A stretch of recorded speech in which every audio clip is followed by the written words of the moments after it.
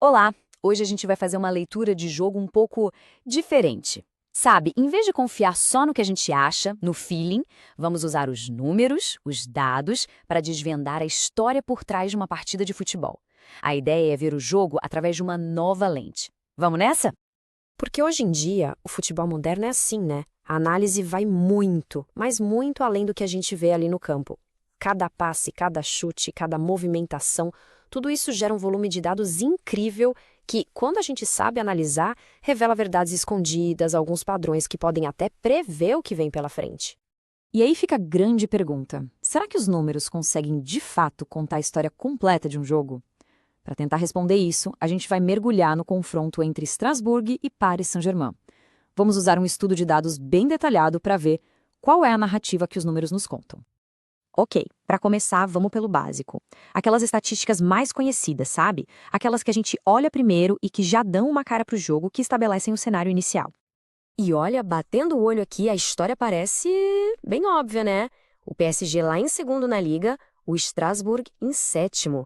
Tudo bem que a fase recente do Strasbourg é boa, mas vamos ser sinceros, no papel, o favoritismo do PSG parece inegável. E essa diferença de 15 pontos, ela grita, né? Olhando assim no gráfico, fica muito claro o tamanho da vantagem do PSG na classificação. Isso só reforça ainda mais aquela ideia de um favoritismo esmagador.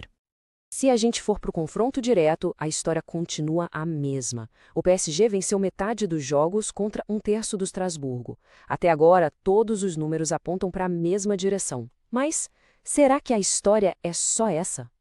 É agora que a coisa fica interessante. Vamos deixar esses números mais superficiais de lado e mergulhar em métricas um pouco mais avançadas, para tentar descobrir a história que não aparece assim de cara na tabela de classificação. Mas antes de mostrar os números, é importante entender um conceito, o XG, ou gols esperados. Pensa assim, essa métrica não conta quantos chutes um time deu, mas sim a qualidade desse chute. Ela avalia a chance de cada finalização virar gol. Em resumo, é qualidade, e não só quantidade. E aqui vem a nossa primeira surpresa. O XG do Strasbourg é de 1,7. E esse é um número muito, muito forte. Isso indica que o time consegue criar chances de gol de altíssima qualidade com consistência. E o PSG? Bom, o XG deles é de 1,40. Sim, é isso mesmo, é menor que o do Strasbourg. E o que isso significa? Significa que apesar de tudo que a gente viu na tabela, o time que, em tese, é o mais fraco, está criando oportunidades de gol melhores. A história começa a virar. Essa frase resume perfeitamente o que a gente está vendo. Aquela narrativa de favoritismo absoluto do PSG começa a ser questionada quando a gente olha os dados mais a fundo. E essa tendência não para por aí. A própria análise dos dados classifica o ataque e a defesa do Estrasburgo como bons, enquanto os mesmos setores do PSG são classificados só como regulares. A história que os números estão contando é bem diferente daquela que a tabela da Liga sugeriu no começo, hein? E se o XG já foi surpreendente, a forma como essas duas equipes começam as partidas revela um padrão mais fascinante ainda. Vamos dar uma olhada em como isso se desenrola. E aqui, olha que curioso, uma semelhança impressionante. Os dois times têm uma probabilidade idêntica e altíssima de abrir o placar. 83,33%.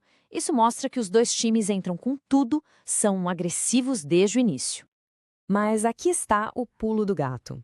Apesar dos dois marcarem primeiro com frequência, é o Estrasburgo que consegue transformar esse bom começo em vantagem no placar. Eles vencem o primeiro tempo em quase 67% das vezes, contra 50% do PSG. Ou seja, eles não só começam bem, eles dominam a primeira etapa. Certo! Juntamos todas as peças do quebra-cabeça, a visão superficial, as métricas avançadas, os padrões de jogo. Agora, vamos tentar sintetizar tudo isso para formar uma imagem mais coesa do que a gente pode esperar dessa partida.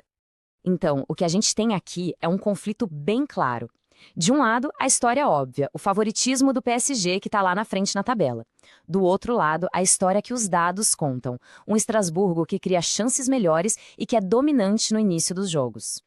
Com essas duas narrativas que parecem ir para lados opostos, qual delas será que tem mais peso para a gente prever o resultado final? Bem, os dados nos dão uma resposta, e ela pode surpreender bastante. E aqui vemos o poder da análise de dados em ação. O resultado mais provável, com mais de 10% de chance, não é uma vitória do PSG. É um empate de 1-1. E mais, as vitórias do Estrasburgo por 2-1 ou 1-0 são consideradas mais prováveis do que uma vitória do PSG por 2-1. A análise aponta para um jogo muito, mas muito mais equilibrado do que a gente imaginava no começo. E isso tudo nos deixa com uma reflexão final, né? A análise de dados não tira a magia do futebol, mas talvez ela nos dê uma lente nova para apreciar o jogo, revelando as histórias complexas que se escondem por trás do placar.